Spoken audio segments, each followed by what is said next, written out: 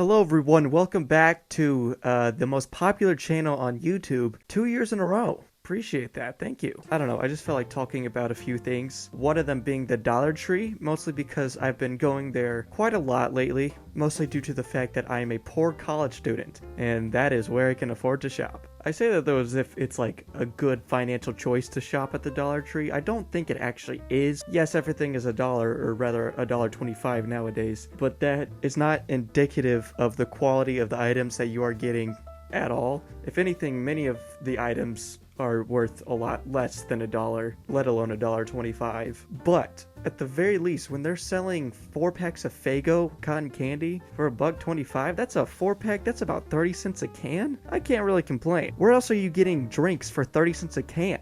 In this economy? Something interesting that the Dollar Tree has is the book section. I've generally tried to avoid this section because I find it to be overwhelming. It's always a mess. It always looks like someone threw the books at the shelf from 10 feet back. There's just pages from random books lying around sometimes. But I decided to take a look at it recently just to see what they had, and there's some actually interesting finds, if you can believe it. As I expected, it's mostly books that didn't sell at other stores, you know? You might find like a sticker on it from another store like Target or something, you know? Which, hey, here's a little life hack for you guys. If you're having some friends over, maybe someone you're trying to impress, maybe a romantic interest, and you don't want them to know that you shop at the Dollar Tree, you could just find one of those books with the Target sticker still on it, and then buy that from the Dollar Tree, and then just kind of leave that lying around somewhere. That way, instead of thinking, oh, this person is a cheapo who shops at Dollar Tree, they'll see that book and they'll say, ah,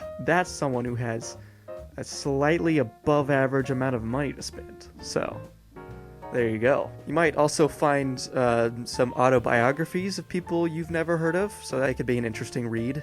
Or you may have heard of them, but it's probably like a comedian who got canceled in the recent past or something. Something interesting that I found on my most recent trip to the Dollar Tree was a book on how to make wine. It's called The Juice, The Easy Guide to the Best Wine by Matt Skinner. And this one is the 2010 to 2011 edition, and there were multiple copies of this book. I was mind blown to find, in the year of our Lord 2023, a book that is not just printed but has the date 2010 to 2011 across the cover. That means that this is like a yearly updated book. I don't know if it's like the Guinness Book of Records. Like, you can read the Guinness Book of Records from 2010. Quite a lot of those are gonna be like not accurate to the time. So is it like that kind of a situation? I don't really know how winemaking works. Either way, I want to know who it was that was just holding on to this book since 2011, just waiting for someone to sell it, and then finally they threw in the towel and just like, nah, this belongs in the Dollar Tree, no one wants this anymore. What took them 12 years to decide that, right? Also found this beautiful stack of crusty magazines. I just thought that was interesting. I don't even remember what the magazines were. I just think that is a beautiful thing to come across in the store. One of the absolute most insane things though I saw, well, let me start with this. There is now a $3 to $5 section at the Dollar Tree, which is a sign that our country's economy is going to hell in a handbasket. Soon as the Dollar Tree starts selling $5 items, yeah, we're all done for. It's over for us, guys. I don't think any of us are gonna make it past 2030. In the $3 to $5 section, I decided to take a look around. They got the usual like t-shirts, some cheap earbuds, right? Stuff you would expect in a $3 to $5 section. I'm not making this up. You know what? I can prove that I'm not making this up because I'm going to show a picture. There was an RGB like gamer keyboard, which if you're not like a gamer, you're not shopping for RGB keyboards, just open another tab and look up RGB keyboard and just look at the prices. This is not by any means a Dollar Tree item or an item you would ever expect to see at the Dollar Tree, yet somehow it's found its way. I don't think God ever intended for RGB keyboards to be sold in Dollar Tree stores. Like right now, somewhere in the world, there's probably some like gamer veteran, you know, who's been playing games since the original Doom came out in 1993. And right now, he's given Fortnite a shot just to see what the kids are up to nowadays. And he just got 360 no-scope, just absolutely wrecked by some kid in a small town playing on a dollar store RGB keyboard. And I just think that that is so insane that that's actually actually a feasible scenario. Some kid cranking 90s and his keyboard falls apart, right? That's, I don't know, man. I don't play Fortnite. Anyways, we're not going to get stuck on Fortnite, don't worry. Another fun feature the Dollar Tree has is that they really seem to not want you to remove their carts from their store, indicated by the gigantic pole that they have on every shopping cart, which is just above the height of the doorway. Now, I didn't know what that was for. Yeah, the day that I found out what that gigantor pole was for at the top of the Dollar Tree cart was the day that I was buying several glass bottled sodas, a couple of glass mugs, a ceramic plate, and like gigantic like poster boards like this big, right? Something like this. Yeah, that was the day that I, for the first time ever, tried to take the cart out of the store because I had easily 2 trips worth of items. So I'm trying to exit, and this sounds stupid, but I legitimately don't know why the cart is not going out the door. I think it's something with the door. So I'm trying over and over as this family's behind me, and I finally realize what's happened. Turn around and just make the walk of shame back to the cart return. Why don't they have a cart return in the parking lot, by the way? A very simple solution to this would be to just put a freaking cart return in the parking lot. It is also the Dollar Tree, so like it's probably like half the manager's annual salary to replace one of those carts. I don't know why I'm trashing on the manager at Dollar Tree. Hey, you keep hustling, manager at Dollar Tree. I'm sorry for dissing you, but you should get out of the Dollar Tree business though, because I think it's dying. I totally lost where I was at in my story. I make the walk of shame, put the cart back in the cart return, and I just start loading up items on my arm. Everything, like bags, multiple bags. I'm walking like this. Well, really, I'm walking like this. Like this, because I have a poster board, 2 of them actually. I'm just praying that the several glass and very fragile items I have in my bags do not just decide to fall out. They didn't.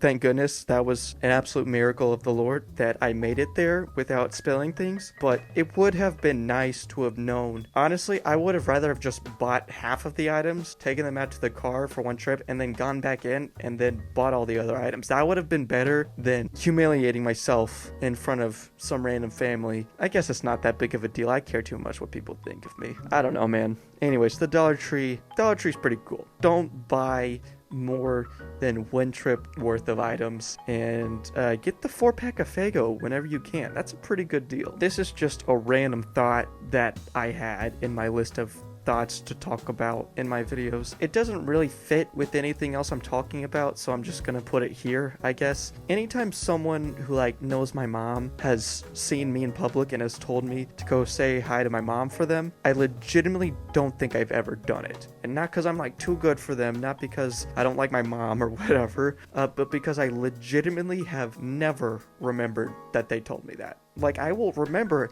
that I saw the person that my mom knows, and I'll say, hey, I saw this person, but it will completely slip my mind anything they said to me during that interaction, including the say hi to your mom for me, or any of my loved ones in my life, right? There was just a moment where someone said that to me, and I just realized, how many times have I ever actually followed through with that assignment? And I truly believe that the answer is 0. So sorry about that. The next thing I wanted to talk about is vending machines, and I promise you it's interesting because I got some opinions on vending machines, okay? So we got 2 types of vending machines on my school campus. One of them I've always had beef with, and that is the drink machine with the mechanical arm. I swear to you, those things work about 50% of the time. They're always doing something stupid. They never just work. They're always breaking. The mechanical arm never knows where it's supposed to go. I have never had any issue with just a vending machine that you just press the button for the drink you want and then it gives it to you out of a little dispenser on the bottom.